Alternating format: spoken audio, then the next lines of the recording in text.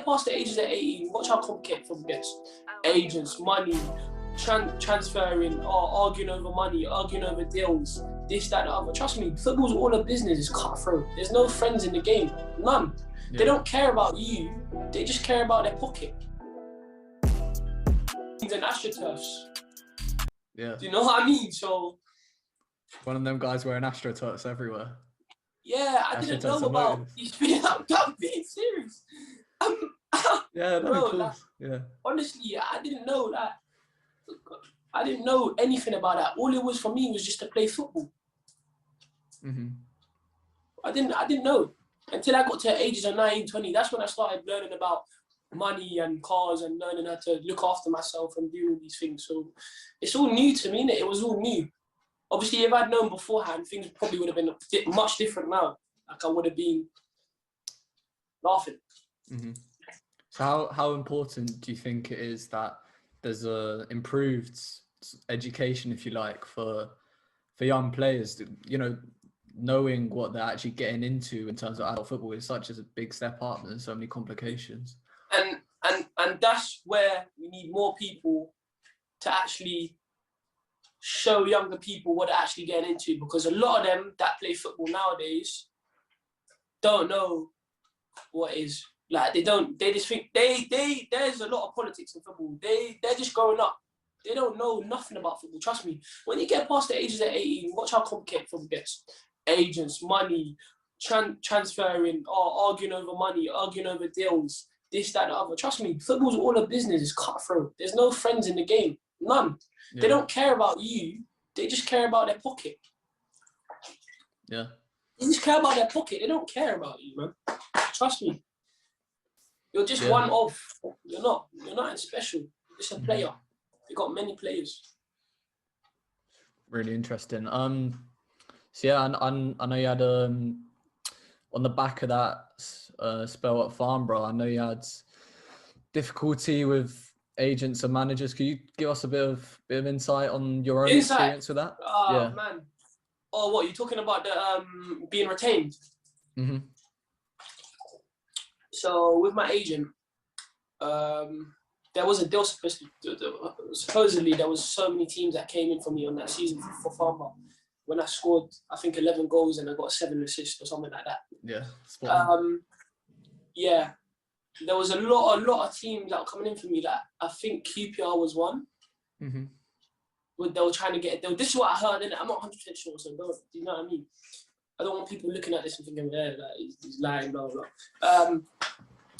So, yeah, there was supposed to be a deal coming about. Then I was supposed to go somewhere, but then I landed up not going. And then my contract had run out with the club, but the club had sent me another contract in the post. Obviously, I declined a contract. After declining a contract, you're retained. So obviously, they're allowed to get compensation off a team that you signed for, if that makes sense. Does that make sense? Yeah. So I didn't know that. I thought they're just offering me another contract. I declined it. I'm allowed to go. I'm a free agent. I can go wherever I want after being contracted there for a year. So it's come to pre-season. I think I went into, I think it was Dover. I think it was, I went to, wait, where did I go? I went to, what's that team called again? Sorry, bro. Wickham. I went to Wickham. I went on trial at Wickham, but I had conversation on my head, and I didn't really know. I thought I was a free agent at this time, but obviously I had comp. So my agent had shown me that I had conversation on my head because he obviously spoke to the gaffer from Farnborough. Mm-hmm. So I went into Wickham, trialed there. I was there for a week. I played well, trained with the first team, and then obviously I played a match at the end, and I landed up assisting. At the end of the trial, their gaffer said to me, "Listen, you're very, very technically good, but at the moment we don't need you as a player." So cool. I've gone back to Farnborough, played. The season started. I've played 2 games, and then obviously I've wanted to leave after playing them 2 games. So I called the gaffer and I said, listen, like, I'm not happy. Like, I should be playing way higher. And at this stage of my career, I need to go, because if I don't go, my career is going to be, like, do you know what I mean? My career is going to be ruined to a certain, because if I'm just spending years there and I'm wasting time, I'm just wasting time. So I've called him. He said, oh, you know you're retained, right? And I said to him, oh, like, what does that mean? So he explained further what it meant.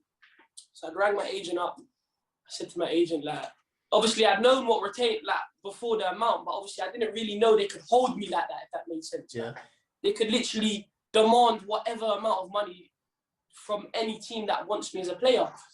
So yeah, it was just mad. It was just mad. Like, it was just hard. And then obviously he was using the retained against me. And then I think he was asking teams for like 30 grand and 20 grand, 30 grand, which was not realistic, because no team was going to pay 30 to 20 grand during during COVID. So yeah, it ruined me, because obviously I stopped playing for them. I'd said to my agent, listen, like, I'm just going to stop playing because he's trying to ruin my career.